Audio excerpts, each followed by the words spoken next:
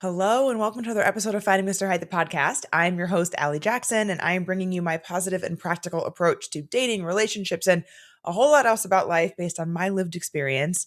I am so happy you are here. Couple of housekeeping reminders off the top. Up top. 5-year podcast anniversary. It's coming up. It is in February. It's actually like almost exactly a month from right now as I sit here. And we are having a party in New York City on Saturday, February 28th at the Folly NYC. Public pod listeners, doors are at 8. If you are a patron, check out the Patreon because there are some options for early entry there. Entry is free with RSVP, and there's going to be a bar tab that is first come, first serve. You can RSVP at tinyurl.com/FMH5years, the number 5. And that's in the show notes as well if you want to click there. I'm also posting it in my story. I'm going to post it on Instagram, posts, TikTok, etc. I would love to see you there. It's really a listener appreciation party. I want to celebrate you. I want to thank you for listening to the pod, however long you've been listening, whether it's all 5 years or just a couple of months or a couple of weeks, or maybe you're hearing this for the first time. You're invited too. I want to celebrate with all of you. Last week on the Patreon, we did our Patreon Live. We do live Patreons every single month. So if you're a Patreon member, you get to join live every month. And we chat and go back and forth in the comments and take listener questions. Last week, we had a really interesting listener question about setting boundaries with your parents regarding wedding planning. And the listener who asked it actually came up on quote unquote stage with me, and I got to kind of go back and forth with her. And that was super fun. I love when I'm able to ask follow-up questions for our listener questions. So that is one of the perks over on the Patreon, in addition to our bonus episodes every week, and then a bonus episode for the $10 tier. And we also get to chat in the Discord on the $10 tier, which is super fun. So if you're interested in the Patreon, you can check that out at patreon.com/findingmrheight. Before we get into updates, I'm so excited to tell you about our guest this week. Her name is April Beyer. She has been a matchmaker for 25 years, and she actually used to be on Anna Faris's podcast. She was one of her expert guests, and then eventually she was her only expert guest. And they would answer listener questions, caller questions, and things like that. I used to listen to Anna's podcast, and so I remember April, and I loved her advice. One of the things that I really love about her is that she has almost what I would call a scientific approach to love, and that resonates so deeply with me as the corporate girly that I am, as you all know, and kind of my like left brain orientation. I just love it so much. And I was really excited to chat with her all about her, not only her approach to matchmaking, but also about what she has learned from interviewing people coming out of dates about what really drives connection. And one of the things that she talks about that drives connection is relatability.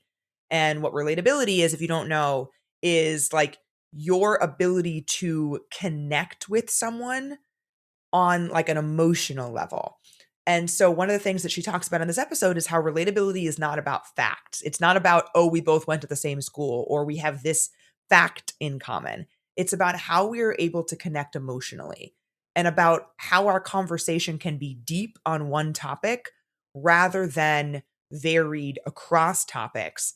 And that can drive emotional connection. She gives some really practical examples of what this looks like, along with talking about what she's seen over the course of dating across 25 years and, you know, what makes dating so particularly difficult and exhausting right now. Spoiler alert, dating tech has a lot to do with it.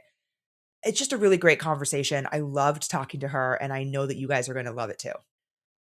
I can't believe January is almost over, and I haven't done 2 things that I wanted to do in January. And you know what? As I am saying that out loud, I am stopping myself because I've been talking about how I want this to be a foundational year. And one of the things that I want to set as my foundation is talking more nicely to myself and like focusing on the things that I am excited that I've done, the things that I have accomplished, not losing sight of my goals and the things that I want to do in the future, but more so just being kinder with myself and acknowledging the things that I am succeeding at and the wins that I've had, because I think it is so easy to immediately hone in on the negatives. And I want to practice what I preach a little bit on that. So I was about to immediately jump to the 2 things that I haven't done yet in January that I had wanted to, but I'm going to start with saying that I am really excited that I have been able to establish a couple of new habits this January. One has been making my bed and getting dressed every morning. And you might say, Allie, were you working naked before? No, but I was working in sweatshirt and leggings, which is what I'm wearing right now, but I'm about to go to the gym as soon as I finish this. So it doesn't count. Okay. I've been getting dressed every day. And the other thing I'm going to do today is I'm filming a long form video for YouTube about my search for comfy work from home pants because I am determined to look put together while working from home without wearing jeans because I really do not want to be wearing like a constricting waistband when I'm working from home. I don't want to be doing that. So all I have in that category that fits the requirements at the moment are linen pants. And I'm not trying to wear linen pants every day of winter, even if I'm inside. So I'm about to film a video trying on all of your recommendations for comfy work from home pants. I'm going to edit and post it sometime this week.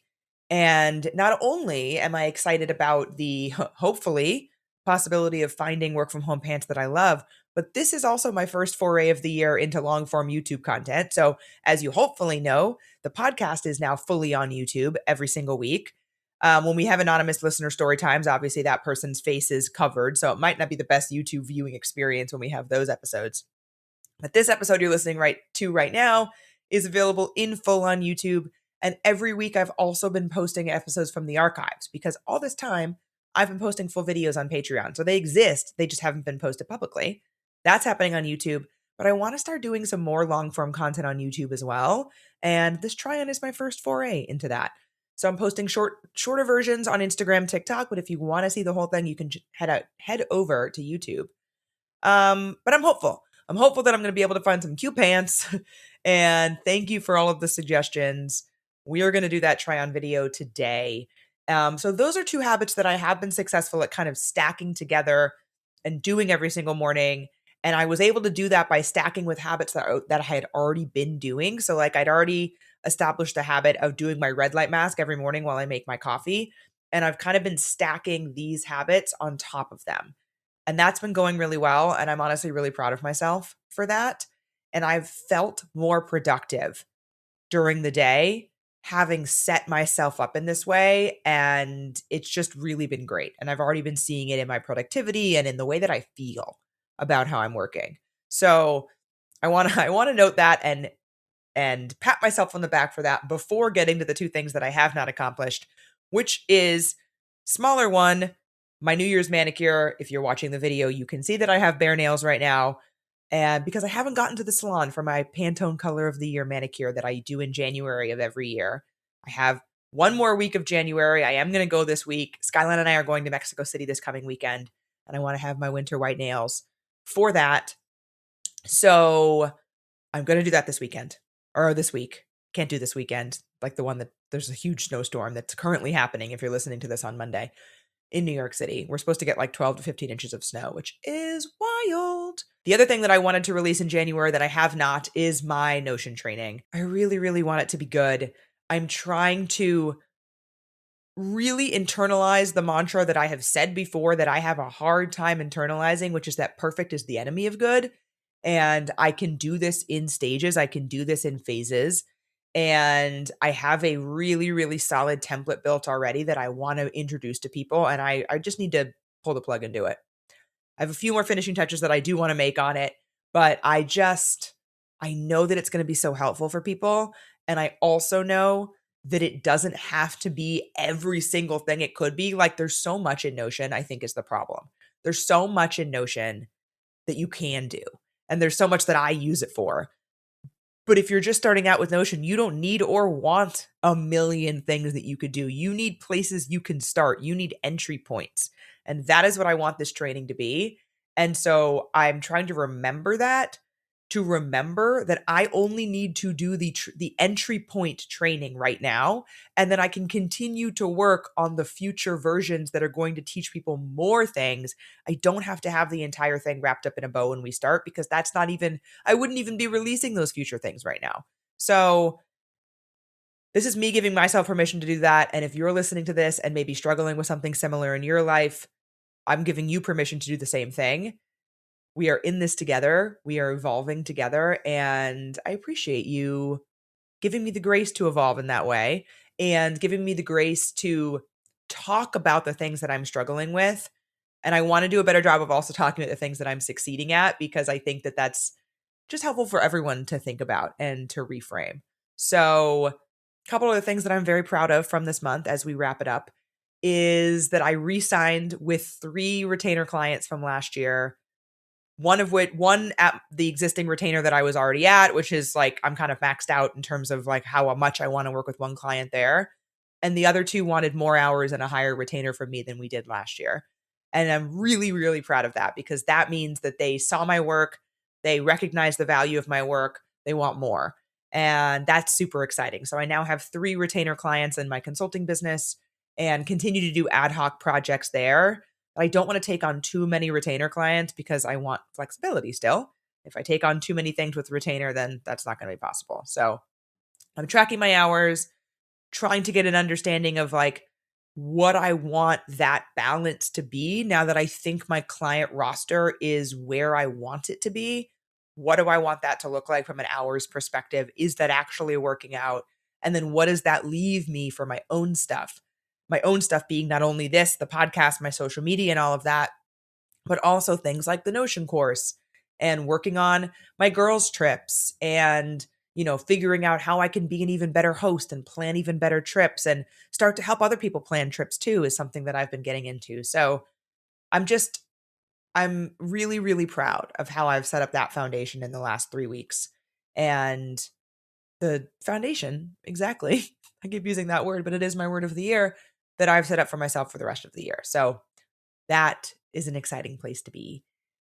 Speaking of girls' trips, I do have 4 this year. One of them is sold out. Morocco just sold out over the weekend. We're going to be a big group. There's going to be 24 of us. You can still join the wait list. Sometimes people do drop out as the trip gets closer. So if you're still interested in Morocco, you can join the wait list. But my 3 other trips still have spots. We're going to Crete, Greece in May, and we're doing a few days in Athens actually beforehand, optional early bird days that I'm also planning for anybody who wants to join me there.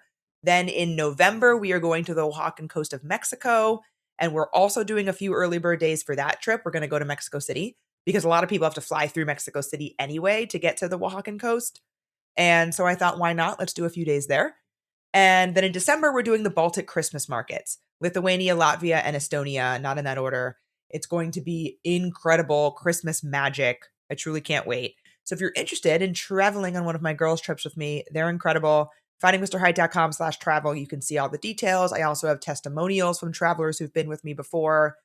Every single one of my trips has repeat travelers on it and new travelers though. So you don't need to feel nervous if you're a first-time traveler that, everyone's going to know each other. It's a great mix.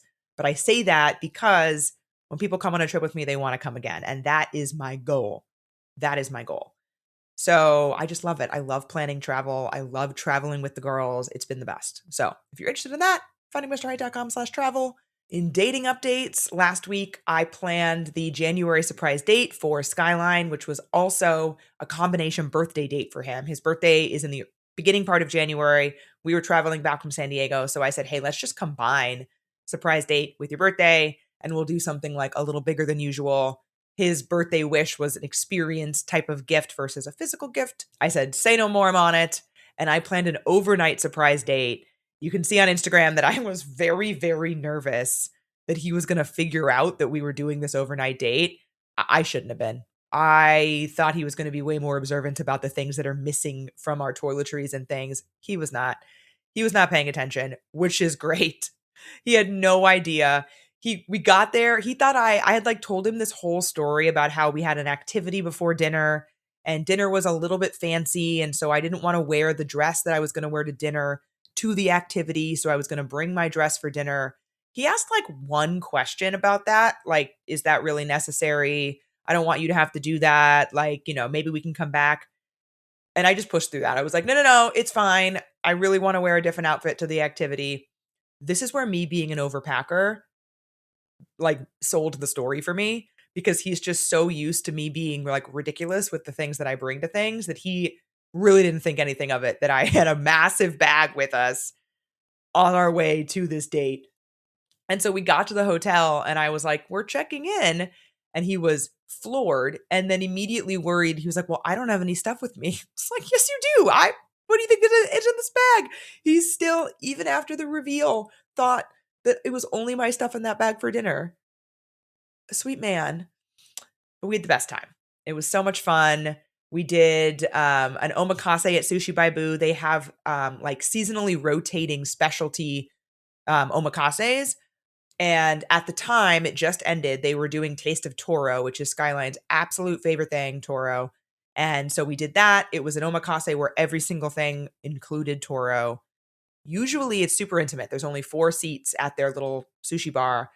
This was just private though. It was a Sunday. It was Martin Luther King weekend. So we didn't have work the next day. But I guess because it was a Sunday, no one else booked it. It was just us. Private omakase dinner. It was incredible. Delicious and fun. We got to chat with the sushi chef the whole time. He's from Tokyo. And so he and I were chatting about things that I did when I was in Tokyo. And he was giving us recs if we ever go back, which we would love to. And it was the most amazing time. So special. A perfect special occasion outing if you're looking for one. Their next thing they're doing is Wagyu, and we want to try that one too. So, highly recommend. And then we found a little underground bar nearby, got a nightcap, went back to the hotel, and then the next morning we lounged, we slept in, we had breakfast at their restaurant. It was just really wonderful. Super cool staycation. I don't do staycations very often. Like, it doesn't occur to me as something that like could be really fun. And with our credit cards, we have quite a few perks for nice hotels.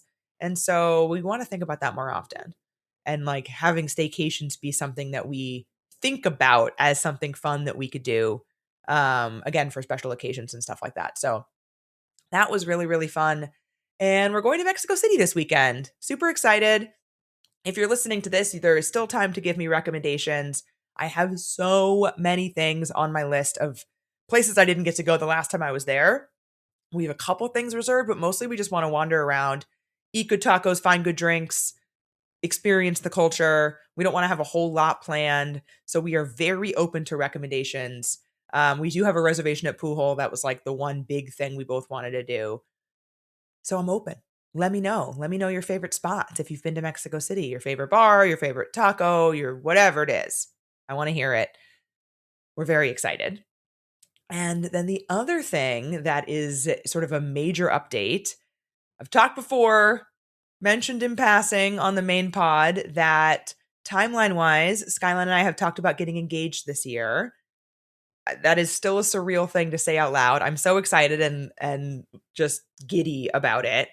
But it is surreal to say out loud that yes, that is happening. 2026 is the year that we are getting engaged. And it is time to start going ring shopping. Skyline asked me actually when we were having drinks over the weekend, he was like, when do you want to start? Should we start next month? Like, let's go ring shopping in February. Hopefully it's not crazy cold. So that's what we're going to do. And I share this, 1, to update you on what's going on, but 2, because I am looking for recommendations of places to go, looking for independent jewelers, local jewelers. We're probably also going to do the whole pomp and circumstance at Tiffany thing, but that is not where I want to get the ring. I want to do it at someplace independent. So that is what we're going to do. And I would love if you have been ring shopping in New York, or if you know people who have, or you just have recommendations for whatever reason, reach out. I want to hear about it. I want to try on literally everything. I have no idea what I'm going to end up with. My like inspo lists, things I've been saving on social media, Pinterest, etc., all over the place. I truly don't know. I haven't tried rings on in a very long time because once my best friend from college got engaged, gosh, over 10 years ago. And I went with her and I tried on rings while I was with her because it was just fun. And I like those rings that I remember liking and I still have the pictures of, I'm not into anymore. I mean, obviously it was over 10 years ago. So I hope that's not the case for what I pick now in 10 years as I say that out loud. So I want to try on everything. I want to have like as open of a mind as possible. I think I'm going to have the same approach when I go wedding dress shopping, which is also a surreal thing to say that I'll be doing.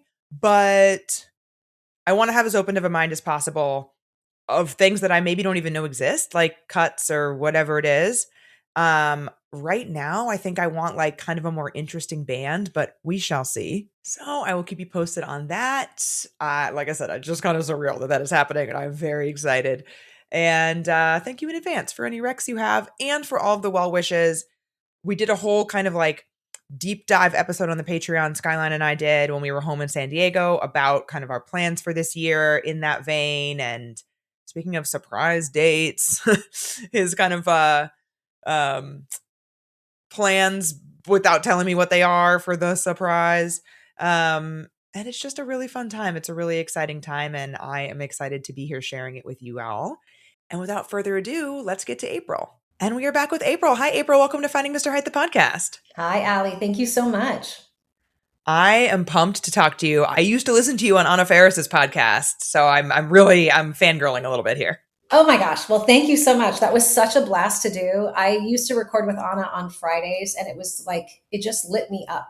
I loved I think the experience of just talking with callers was really exciting. Yeah. But I've also been listening to your podcast, and I love it. I Well, love thank what you do. you. Thank you. Truly. I appreciate it. So I gave the listeners a little bit of an intro into who you are and what you're doing here in my intro section, but you've been in the matchmaking industry for 25 years. That is absolutely incredible. I'm sure you've seen some shit. I have. I've seen it all. There isn't a story I haven't heard. I'm sure. Yeah. What sparked your interest in this career in this industry in the first place? Yeah, I fell into it. Honestly, it found me. I met a woman who had just started her LA office of her mother's company, and it was small at the time. It became one of the largest matchmaking agencies in the country for very many years. Oh wow. And it was just me saying, I can help you. I can help you with the structure of your business, kind of be behind the scenes. And just day by day, I started falling into more. She had her wedding, I think, like the first month I worked there, and she got pregnant on her wedding night. And so I was thrust into having to You talk. were in there. Right. I was like, okay, like, let's figure this out. Like, Here throw we me go. in and I will figure this out. And I had already come from, a background of customer service and script analysis and character analysis. And I felt like it was the same, right? It was looking at profiles, reading what people had to say, really doing deep dive listening, and mapping these dots. Like everything was mathematical to me. Mm. And pretty soon I unknowingly fell in love with it. I did not intend to stay. And about 6 years in with working with that agency, which became huge, it was just very clear to me the inherent flaws in the business in general, the Yeah. industry. Yeah. So I got to see first point, like what worked, what didn't work, how did I want to serve clients on a higher level. But I left not to start a company. I left in '03 because I just couldn't be there anymore. And I felt really terrible for my clients when I left because I knew they weren't going to have me kind of overseeing things and strategizing Mm. for them. And then it wasn't until like 3 months later that my brother's boss, who took a meeting with me, said, "What are you doing? Like, just start your own company, for God's sake." And I drove away from there going, "Wait, what? I'm going to start my own business? I'm not an entrepreneur." So I like to say I'm the reluctant entrepreneur. But that was, gosh, that was the late '90s when I started. It was '03 when I started my own company. I've started a couple of other companies since then. And I love it, but I love it for different reasons than what people think of matchmaking. And what is that? I think people think if you're a matchmaker, you just love love. You're in love with love and you want to make sure everybody gets married. And that's actually Yeah. not my motivation. My Tell me more. motivation is, what can we do about the isolation and loneliness people feel? What can Oh we my God. do Yes. to be the connectors of what I believe is already in design? When matchmakers give themselves way too much credit for, like, I did that marriage, and I've counted a lot of marriages in my career, or when we fall down on our knees and cry because our clients aren't happy yet, we're giving ourselves way too much responsibility for the outcome of a client. When all of us know, even as a coach, you know this, you're not responsible. You're not responsible for if your client takes it, the information, and receives it and applies it. If we're connecting the dots and we're saying we're going to connect you with like-minded people so that you have the most potential for success and something lasting, we're out. Like, that's what we're supposed to be doing. We're handing off, we're like joining hands. But when I dance at client weddings, yes, of course, I used to think like, oh, I did that, but I really didn't, did I? I facilitated. And so I Yeah. stopped celebrating after many, many years of clients emailing me or sending me cards like, we're in Fiji, we just got engaged, and it's all because of you, and we have this baby, and thank you, April, or our kids met for the first time when they came back from college. I stopped celebrating. And because it was sort of just that's the function of the job, right? Eventually people are going to get married if you're a matchmaker. If you're pretty good at what you do, you're going to have some marriages under your belt. But what was exciting to me was transformation, that people would come to Mm. me either out of a divorce, out of a loss of a partner, looking ahead and wanting to partner and get married and have a family for the first time, feeling that hopelessness and that sense of confusion and loss, and then transforming them, not just through the advice, but the application of those meetings. Because every time you go out on a date, it's data and you're learning about Amen. yourself. Feedback, how was I on that? How was I received on that? And when a matchmaker is telling you how someone perceived you on a date, you better have a thick skin, an open mind, and an open heart, because you're going to hear the truth, and you'll never know these things on a regular date. You won't know why it flopped. And so that is Yeah. fun. Like, I love this part of my job. And I think it's so cool that you are framing it as the journey and the transformation rather than, oh, well, having the partner is the success. Like, if you have a partner, then you've quote unquote succeeded. I think that causes a lot of shame and anxiety and stress for single people. Well, yeah, I mean, think about marriages. You had someone on your podcast, and she was talking about divorce Hmm. and the shame of it, right? Yeah. And I think people feel if they get to their destination, if you're dating and you have minimum or maximum output and you receive something back, you've won, right? You met your woman, you met your man, you got married, you got engaged, whatever. But that's just the beginning, right? Yeah. It's a place on the journey. And so we feel like we're failing if we can't find the one. And then we get into relationships. And I know a lot of your people are partnered. We get into these relationships. And if it's not working, we try, we try, we try. We're told to work on our relationships instead of sometimes the best strength in the world is just letting go and understanding you cast this play wrong. You have the wrong actors, right? The wrong script, and not everything can be fixed. And so we're constantly judging ourselves for, oh, I'm married and it's not working, or I'm single and it's not working. We're always thinking that we're not working at something hard enough instead of just really listening to what is and what is meant to be right this moment. I believe everything is seasonal, and some of us need longer days in the season of being single, and it's for us, and we just don't see it yet. Yeah, it is. And it is really hard to see that. I think, especially right now, I'm curious your perspective, having been in the industry and seeing, talking to single people and talking to people who are dating for as long as you have. It feels to me like dating is harder now than it ever was, and that the exhaustion is higher and the burnout is higher. Are you feeling that too in your conversations with people? Absolutely. Dating is much harder. I have a niece who's going to be 30 this spring, and she's beautiful and smart and funny and kind and warm. And dating is completely different for her than it was for me when I was her age, because Yeah. now dating lives in technology, and we're Right. living through filters and what we think as our criteria. Being single and finding love has nothing to do with your criteria. I don't know, like your relationship with your partner, but I'm sure there were many, many surprises when you met of like, oh, I didn't even think to ask for that. And there it is in front of me. So Totally. Or the when I, reverse. exactly, exactly. When I started out years ago, I could call you and tell you about someone on the phone, no photos, not a lot of information, and you would have been quicker to the yes. Now yeses only happen when there's profiles and like, well, Mm. is he or she this? Do they check these boxes? Therefore, do I go? And I've seen so many beautiful partnerships and relationships, marriages that happened that the two people really didn't have a lot in common. They didn't fit each other's boxes, right? Love is this thing like this, when you find somebody, it's this feeling.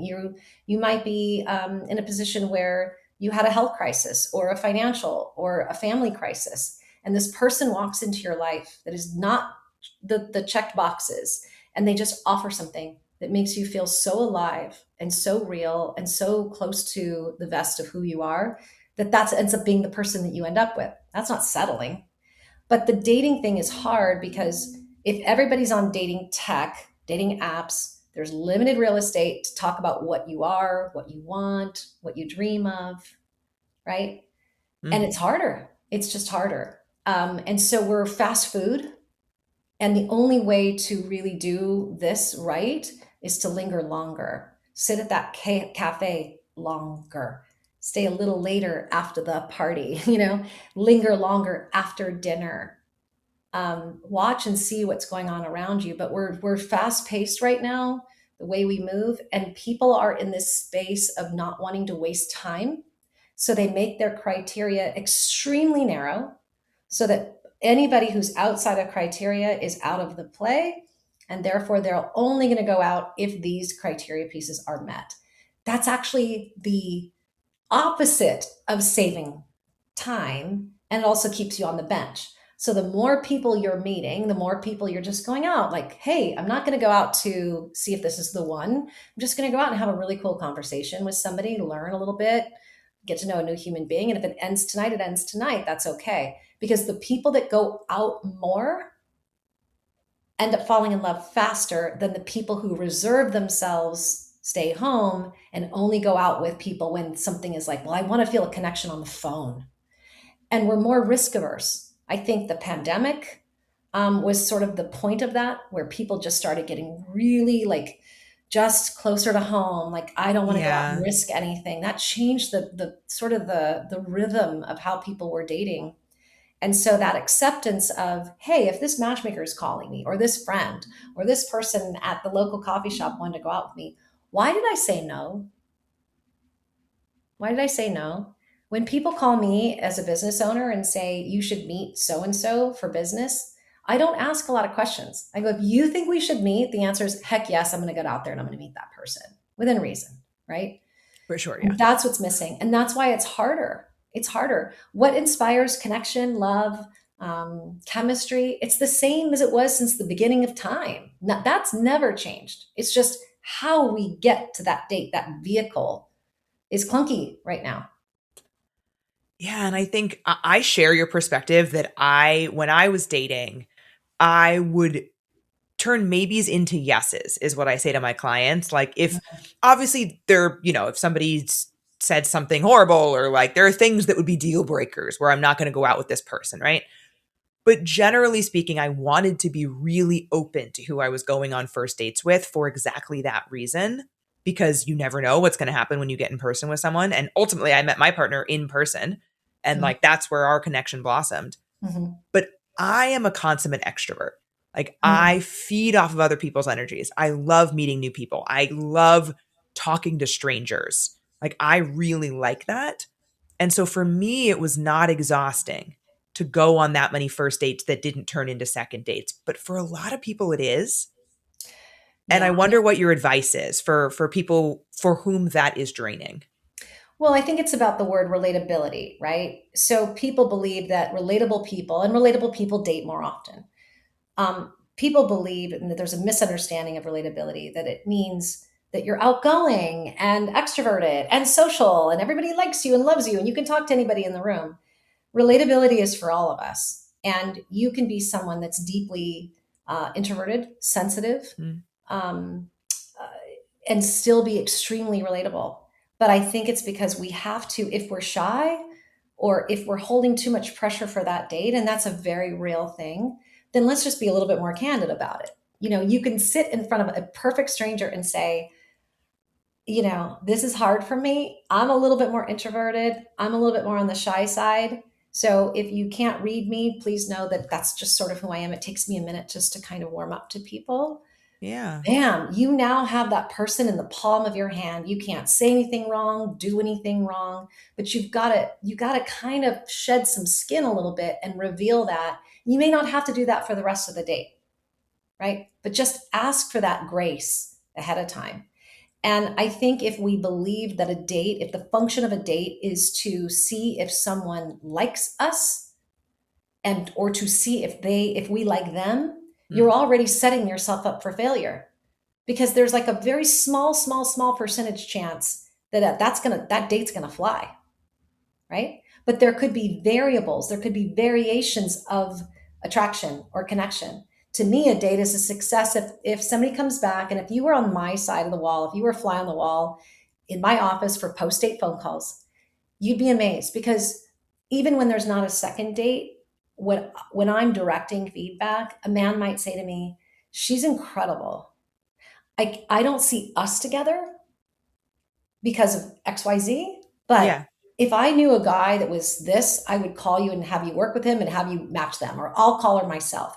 But a lot of people think they were declined in full, that everything about them is wrong, that they're not Mm. attractive, they're not worthy, they're not viable. It has nothing to do with that, because people are coming to the table with their own insecurities, their own stuff, right? You might look like someone's sister and it's just too much for their brain. You have no idea, and it's not your responsibility to know. So I think if we think of dates as I'm going to go see if they like me, that's just a bad setup. And you are going to be bummed driving your car home or getting in the Uber and like leaving that date if it doesn't turn into something. The only time people should be saddened after a date is if somebody mistreated you, Oh my God. if Yeah. they were rude, right? I mean, how many rude people did you meet when you were dating? Not that many, to be honest. Really? Like, relative to, I think those experiences stick out in your mind more. Mm, So when I think back to dates, the ones that pop in my mind are the ones that were either amazing or where the person did something shitty. mhm, mhm. But the reality is, and I know this because I was charting my dates, the Of course you reality is that the vast majority of dates sit in the middle. do. That's true. Great. Great. That's true, but why is the middle so disappointing? We're not talking about just the failures, but the more you live in the middle, which is most people, because most people, let's just be real, most people live in the middle, Oh yeah, right? So, of course, your dates are going to reflect what is available out there in the world. So, why is that middle for your clients so disappointing when it was kind of like a date? Why is that a failure? Why does that evoke sadness in someone? I think it's because for what you said, I think we're too attached to the outcome, where it's like, I so wanted the outcome of that date to be a second date, to be somebody that I could see myself with, that if that doesn't happen, now it's a failure. But to your point, I don't think it is a failure. I mean, there's so much information that you get from going out with someone. Information, and I kind of like call it the Build-A-Bear analogy, right? So you go out with somebody, you come back, you're like, I really liked how funny he was, or I really Yeah, like this about him. I'm going to need this, but I really like that element about it. But that middle, I think, is more disappointing. The failures you can laugh at. You can go on a totally. really bad date, call your friends, laugh about it, be like, ugh, good riddance. Those middle dates where it was kind of just nonplus, what we're reacting to, in my opinion, is we're reacting to that general malaise, kind of that just Mm, mundane thing where our systems need excitement, we need surprise, right? um, our brains need that. We need something to look forward to, something to hope for. We need to be stimulated in some way. And if it's just sort of a flatline okay date, that actually can sometimes be more painful than the really bad date. yes. A bad date, like you said, bad dates are stories. Right, right. But to me, to think about something that I have no control over and say, I'm hoping that when I go out with this person tonight, that this could be there's a potential there. We talked online a few times, or a Hmm. friend introduced us. And I'm really hoping that this person's going to help me hang up my single dancing shoes and like get me off the dating market. I'm really hoping for that. It's just setting yourself up for failure. That's like going to Vegas and saying, I'm going to put all my money on red, and if it lands Hope on it works black, out. I just cleaned out my entire checking account. It's just not a good, it's just a framing. It's just a Yeah, framing. It doesn't mean it won't happen, but let yourself be surprised if and when it does. How many people do I call on a weekly basis saying, would you like to go out with my client? And I get shot down. I'm an expert. I've been doing this a long time. I work with highly influential, successful people who are dedicated, invested in this process, both financially and emotionally. And I get shot down, as do all matchmakers, all day. When in reality, what we wish for in our industry is, okay, wait a minute, you hired us or you're in our network. So hopefully you trust us a little bit. What harm could come from you just meeting this person?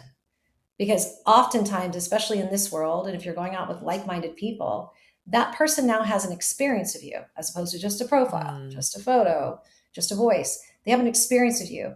You don't know if they're going to be golfing with their friend Bob on a on a weekend and they're going to think of you. Like you never know where these things are going to go. And I believe every connection has value regardless of how long it lasts. It's a date, it's 3 weeks, it's 3 dates. It doesn't matter to me. It had a beginning, it had a middle, and it had an end. Even that date did. And you are better for the experience of being around that person. And when you can fill yourself up with that, then you are more approachable when you're out and about off of your dating tech because you don't look like the world is on your shoulders. You just feel more accessible. And I think you can do that if you are introverted, shy, not that person who feeds off of energy. Like you love dating, right? It suited your personality. Yeah. I loved it too. Yeah. Yeah. And I think that's really singular. Like it's rarer, I think, for somebody to have that perspective, but I think it helped so much. Hmm. And I just hope that a lot of people take that to heart, what you're saying, of kind of, living in the experience rather than the destination. Well, and also too, like even if you have nothing to say to somebody, you have no idea that one thing you say to this person when you're on a date, whether you like them or you think that they like you or not, you don't know that that person needed you that night. So That true. person might have had, a crappy day at work. They might have lost a huge deal. They might have lost a dog. They might have, had a friend break up. You have no idea what happened before that knock on the door. And so showing up anyway and realizing that maybe that date wasn't for you that night. Maybe it was for the other person. They needed to know you, right? So losing attachment to the outcome with anything, I don't care if you're creating business, trying to find love, what you're doing with your podcast, it, the outcome and fixation on that is what hurts us. Yeah. And it doesn't take us off the track of being super motivated. I have no idea where my company is going to go that I created, but it's this journey of it all. If it ended tomorrow, of course I'm going to crash, of course. But this journey has been so fun trying to kind of see what I'm about and what I'm capable of. That's what Yeah. matters. Totally agree. Back to what you said about criteria. Ah, People have this very, set idea of what they're looking for. And don't get me wrong, I do think it's important to, know the things that you like and, things that you're looking for. But how do you combat that when somebody is coming to you and has this really specific idea of what they're looking for? And perhaps you are pitching somebody that you really want them to go out with and you think they would hit it off with, mhm. but doesn't check all the boxes of what they've, said to you. Well, they may or may not have said it. So what I have is I've created this onboarding. It's not a profile people fill out. It's a Q&A. It's been Mm. likened to the Myers-Briggs for the heart. Oh, So it's yeah. moving with you, right? You're having an Mm. experience in this dynamic thing. And so what's happening is through these series of different questions, connected and some not connected, we are seeing on the back end that you value um, certain attributes, that these are your blind spots, that these are your deal breakers. Then there's another layer of it where people self record an interview. And I was watching a woman's interview the other day, and she started talking about her kids. And she went, before she answered. And I immediately write down, okay, great mother, definitely feeling the heaviness and the weight of being a single mom. We're going Yeah. to need a guy that Stress. comes in who really gets uh, how to be a strong protector provider type. He's patient. He's not asking for all of her time and energy. Just with Mm. one sigh, I wrote all that down. Now, she didn't ask for that. Yeah. She said, I want handsome, chiseled, broad shoulders. I don't like lawyers. I like this. He must be Catholic. He must go this. That's all there. And I try to honor those things. So what I do is I try to say there's so much more to you than you know that you know. I'm matching Mm. you based on what is going on in your life right this second. And then the other things, when it's very specific criteria like children or faith or politics, I just say, please back that up and tell me why that's absolutely an essential. If you can Yeah. back it up and give me a really good reason, okay. If I can back it, you got it. It stays. It's a non negotiable, 100%. but it has to be rooted in something that is meaningful and valuable. I had a guy that came to me once that had, he was in his 40s. He had 3 kids under the age of 7. He had a crazy experience with his ex-wife. They were in and out of court, and he had had a vasectomy. Mm. Cut to 2 months later, I meet this woman who's 40, and she said, I really want to be a mother. I haven't had the opportunity yet. And I thought of this guy. So after the meeting, I called her and I said, hey, Karen, I've got your guy. He's this, he's that, he's a great dad, he's handsome, he's successful, he's smart, he's all these things you said you wanted. However, he's had a vasectomy, he can't have more kids, doesn't want more kids, like Right. can't, won't. And she paused and said, April, did I not just tell you the other day that I really want to be a mother? And I said, yes, but I'm thinking mother in a bigger, larger sense. These children need a great mother figure. And if you could just open yourself up to a different idea of being a mom and just meet this man, I think your world would open up. Thank God she did. They went ahead and got married, and she had acquiesced to the idea that she was never going to have a child because they had talked about it. But right before their wedding day, the day before, he sat her down at the dining room table and he said, I know this is crazy, but you're so good with my kids. You've been such a blessing in my life. I'm going to try to get a reversal. I Oh can't say my it's going to work, God. but let's just try because I think you should be a mother. She'd already said yes. Right, right, A right. year and a half later, they had a baby boy. Wow. So I think if people just open themselves up so they can look at their criteria, it should be values based. Mm-hmm. Does this set of criteria follow my values, my needs list, not my wants list? The more you ask the universe for, this is what I need, you get it. But if you just sit around in your superficial wants, you have to ask yourself, how's that working out? Is that type that I keep going for, is it working for me? Is it working against me? And is it settling to go someplace else, or is it really just settling into what is designed for me? So I think it's like taking your list and then like having a circle around it, like that's the target, and then another circle around that, and then another circle around that, and be open to those, not just the center circle, but the others. I just think it helps. I've seen it happen over and over and over again. And I know people are hearing this going, well, that's so easy to say. I've tried to be open and it's been such a waste of my time, but you got to keep going. Like, Yeah. you just don't quit. You just don't quit. But there's a lot of quitting going on right now. A lot of people would just rather be with their friends. And I get it. I And get yeah, I completely get it. And I think especially as women, we are so good at community. We are so good at building thriving lives for ourselves and it. are Yeah. able to do so in a way that didn't used to be possible Right. as single women. And I think that is incredible. So it makes total sense why it would be, well, this is great. So I'm going to focus here because what I'm experiencing over in this other department is not great. I want to go back to the concept you talked about relatability. Hmm. And I think there's some confusion perhaps on relatability versus chemistry. Hmm. Like when you're going out with someone, I would love your take on signs that what makes people relatable? Like what are some signs that two people are, deeply relatable for Hmm. you? Well, in my opinion, relatability creates chemistry. Mm, So chemistry is that connection where you just feel at home with someone. That's chemistry mixed with a little attraction. Attraction is just physical, one dimensional. I find that right. person really, really beautiful. The most the most times in post-date feedback I have seen where where they said I felt chemistry, when you unpack it and you make them dig to the why, it's always one or both were extremely relatable. And the relatability wasn't about how much they had in common or how beautiful they both were.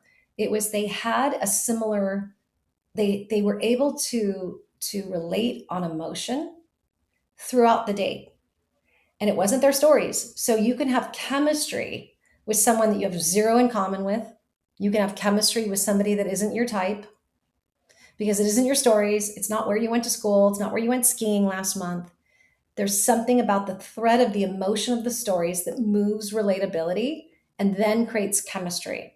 Because when you have the thread of emotions, and I'm not talking about sorrow, pain, fear, I'm talking about anything, it could be your joy. When Yeah. you can connect that to one another, it's like a thread and it attaches people. And that's when they go home, wake up the next day, and feel a sense memory to that person. They're like, oh, what is it about that person? Like, I wasn't even that drawn to them physically, but what was that? What was that? Is because we all have relatable emotions.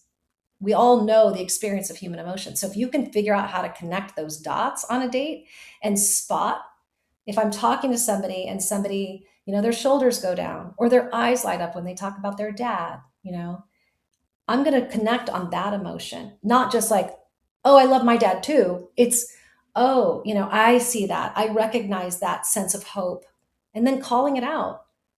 I was listening to this famous musician the other night. I went to see a private concert and he said he wrote a song called I Break Everything. I break everything I love. Oh, it's Ooh. beautiful.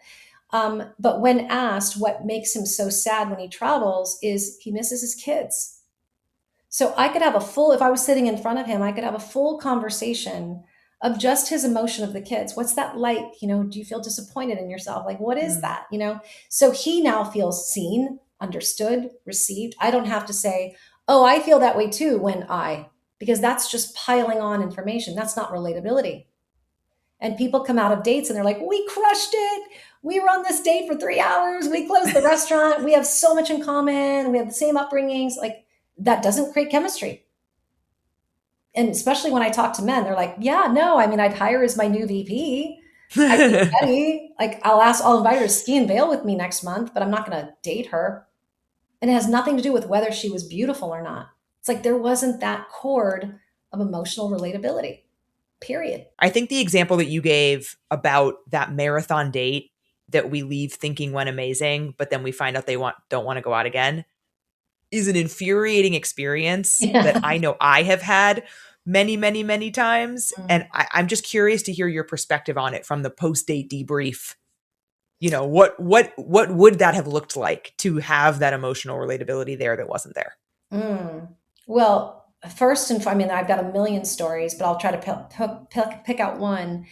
Um, it's usually when it comes to men, what women don't see that I get to see is I get to see the corners of their heart. These are titans in industry. They may seemingly on the outside look like they're very confident and masculine, but I know those little corners, right? Mm. And so it's those women that know how to, we say we're nurturing as women, like, right? We all pretty much have that nurturing component. But do we ever take the nurturing component on the date with us? Or do we reserve nurturing for people that we know, like, and trust, who we already know that they like us, and we've built some stuff there? How many times will you bring your nurturer on a first date?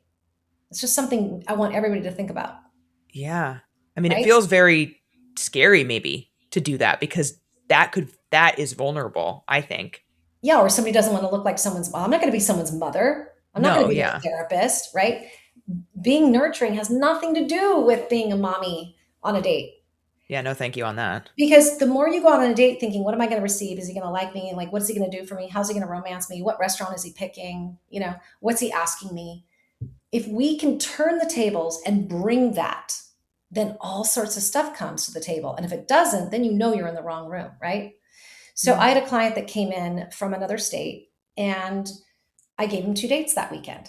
And I talked to the first one and I said, please, please, please don't get on this date and talk about all the things you do. Because I knew her and I knew what she was going to do. And I said, just be you, be human, be relatable. So I put them on the date, I connect them. The other woman I was going to introduce him to, he had less in common with. She was a doctor. He had a date with her on Saturday. And I usually don't do 2 dates at the same time. But this was a kind of an out of town client and he wasn't going to be Yeah. back for a while. So I wanted him to meet both very different women. The first woman called me the next day giggling, April, 6 hours. We did this, we did that. We even went down on like beach and there was swing sets and we were doing this and that. And I mean, our kids went to the same schools. We ski the same mountains. Like, are you kidding me? Thank you, April. Hands down, best date ever. So then I called him and I said, hey, I heard you had a 10 out of 10 date on Friday Yeah. night. And he goes, oh, Friday. Yeah. Oh, yeah. Oh Friday. no. And I said, it wasn't 6 hours or so, or so. And he goes, oh, no, no, no. We had a great time. He said, but Mary, who was his Saturday night date, and his Uh-huh. voice got quiet. But Mary, he said, that date, I can't even tell you what we have in common, but the way she made me feel. He said, I showed up to town and she said, look, you probably don't know your way around. I'm going to come get you at your hotel. I'm going to make it easy for you. The other woman was like, no, he should come get me. It's a date. He needs to be courting me. And the other woman was like, I'm going to be a kind human to somebody coming to town on my turf, and I'm going to go swing by and go get him. And I think she played her cards right. It's just who she is.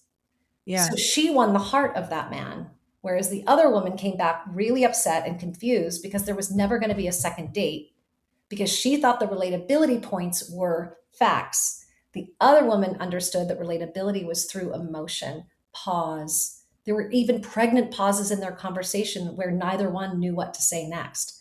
But the eye contact, the mood, the way she was breathing, the way she looked at him, the way he looked at her, and it wasn't even sexual. It was just lovely. Like he kept saying the word lovely because he felt so calm, so safe. He technically had more fun on Friday, more things to talk about, Yeah. but more data, more info, more conversation, longer conversations don't necessarily mean that you have a win that night. Yeah. I really want to hone in on the point that you said that relatability isn't just facts. So I think that we get caught up in that and not the emotion of it. And you're so right. And I think it's really easy to zoom past that, Mm-hmm. particularly for a first date where, yeah, you don't know this person. They are probably a stranger because it's less and less likely now that you will have met them in person and know them Yeah. already. Yeah.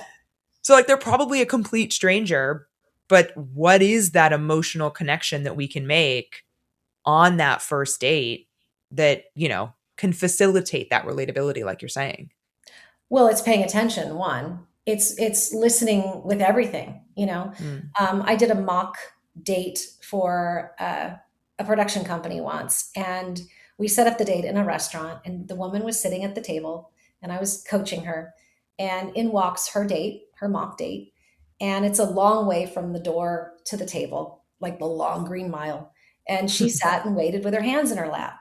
I told her that I was going to stop the date every time I saw something that was wrong that we needed to fix. So I'm like, I'm going to come Okay. in with a wrench and fix it. So just know I'm going to be stopping you a lot. So he walks through the door and I go, okay, stop, stop, stop, stop. She goes, the date hasn't even begun. I go, yeah, it did. Yeah, Yeah, it it did. did. Yeah, it did. It started the moment he walked through that door. Why are you making this man walk the long green mile? Why are you standing on ceremony? This guy is nervous. He doesn't know who you are. He doesn't know if you're going to think he's got too much hair on his head, not enough hair on his head, too big, too small, too like he's got his own stuff going on in his head. He's worried about being received. Go get him.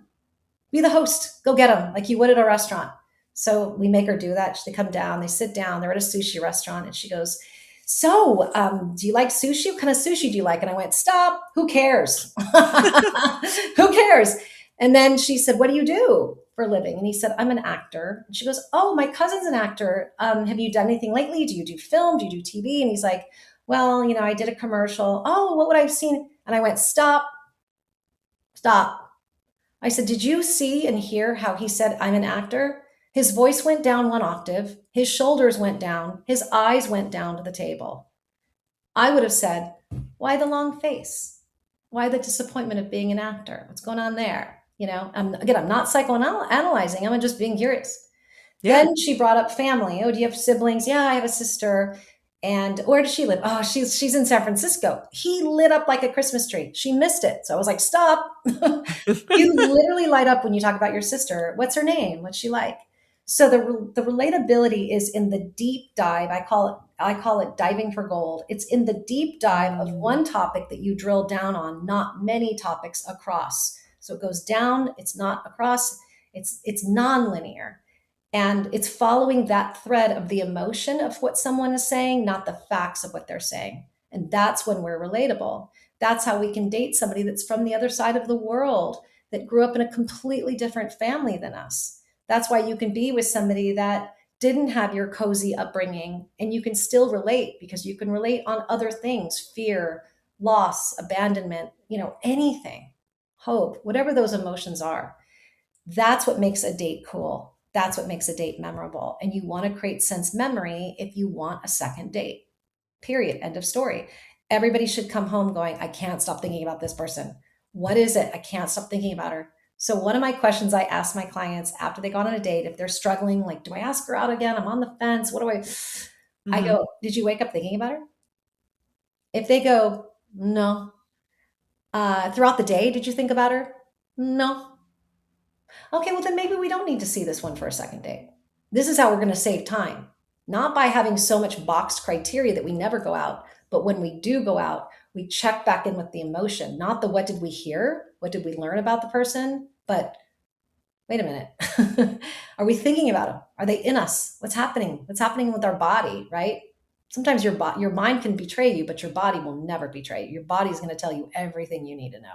Yeah, I think it's such good advice, the, like, deepness that you're talking about getting deep into what someone is saying, which not necessarily means you have to talk about, the heaviest topics, or, No. you could be talking about sushi and they lit up when they talked about sushi. So Yeah, you you're can say, have like, you ever gotten "Oh, sick? Yeah, oh my God, I got terribly sick on sushi. Oh my God, was it salmon? What was it? Like, you're still yeah, following the thread. Yeah, right." yeah. Yeah, it doesn't have to be like, "Oh, you need to find the heaviest topics or like the most deeply meaningful topics." But I think going deep on something and, like you said, kind of picking up on the cues that somebody else is dropping about how they feel about things is going to lead you to so much more connection. Oh my gosh, yeah. I always say you don't have to go dark in order to go deep. You Oh, so don't have to true. stay on these, awful topics because I think people go, "Oh, be vulnerable." So vulnerability means I'm going to I'm going to spill my candy in the lobby and I'm going to tell you all of my pain and my fear and my sorrow and tell you not to like hurt me because my heart has been hurt before. That's not vulnerability. That's just fear jetting. Yeah. But I think the lightness and the joy and the fun, you can't have fun and banter with people if you're worried about what they think about you. It's impossible. The only way people are fun and light on a date is if you just don't care. You just don't care. Like, I'm here. I don't care if they like me. I don't care if they think I'm pretty. I just don't. I just want to make sure that they know that I'm curious and I'm present, period. Outside of that, I can't control a damn thing. Yeah. And you can't control if they're going to be curious and present, but you No. can model it and then hopefully you're getting it back and then that's when that two-way connection is happening. Well, someone said to me recently, April, I did everything you said. I went on a date and I got nothing. It was like it's like a dry, empty pool. I'm like, Oh, we've all been wait, there. but you found out sooner. And your job is to end it and go, you know what? This is so cool. This is so nice to meet you, but I got to get going. I've got an early day. And you just decline the date, the second date, the next day. I didn't Yep. say keep being responsible and being the producer of the date. I just meant Mm-mm. these people can't meet you where you're at. It's just your answer. It doesn't mean you have to do anything else. It just means you stay the course. Don't change your talk, change your audience. That's it. Yeah, I like that a lot. Don't change your talk, change your audience. Because I think taken too far, this type of advice could lead women to overfunctioning and overperforming and supporting the entire date, like you said. Yeah, if they're not, if they take the advice wrong, you're not supposed to. But I do believe that women hold the key to every social situation. That's all. But I I get what think, you're saying about the overperforming. Sometimes people take my advice and they take it, they're like, great, I got it. And then they take it way too far. well, millennial perfectionists, that's, I'm familiar. I'm like, I am going to win. I'm going to Yeah, win this date. got this. I'm going to be the Yeah. most relatable person that has ever been on a date. There used to be like this thing called, I don't know if anybody remembers, it's like the Landmark Forum. And it was so crazy because people would go to the Landmark Forum weekends and then they'd learn some like lingo and then they'd try it out in the real world. And it was just funny because it was like they were like using it as like a weapon, right? To see if like anybody could answer them back on that. To me, this is just about how do you want to live? How do you want to breathe? How do you want to be when you're around? How can you be one woman 24/7? If you're nurturing and whatever your traits are that your friends love about you, that your friends are like, this is my ride or die because she is, those traits should show up on first dates, regardless of if he's a jerk, if he's asking you any questions, because this is your seamless way of being. Why take away all the cool stuff about you because somebody isn't hitting the ball over the net? Be you, just get out of there sooner. Yeah, Right? But totally. to lower the bar or to lower the mass, And to kind of be at a lower frequency to match the person you're on a date with is, to me, is just a waste of time, because you don't even know that there might be somebody sitting across the table from you watching you and going, wow, that person's really alive. I hit on a woman as a matchmaker. You're always hitting on women when you're out and about. And so I was at a hotel lobby and I see this young woman having a birthday party with her friends. And I watched how she received her friends. And I watched how she was able to, like, there was 30 of them. And I was watching how she Mm. was engaging with everybody and giving all of her friends equal time. And every time somebody brought up a gift to her, she just touched her heart. She was so grateful. So she went to the bathroom and I chased her into the bathroom. And I said, hey, I just want to let you know I'm a matchmaker and I was just watching you and how you are with your friends and you're lovely. And I know it's your birthday, but can I give you my card? I'd love to know you because I might have a guy for you. I can just tell you're great. Like the way you receive people is beautiful. So you Hmm. never know who's watching. You're not just on a date, you're in the world. And we don't have time to be civil. We don't have time to clock in and clock out of who we are and take away all of our good stuff because we're out with somebody who's just never going to be in our life. Yeah. That's all.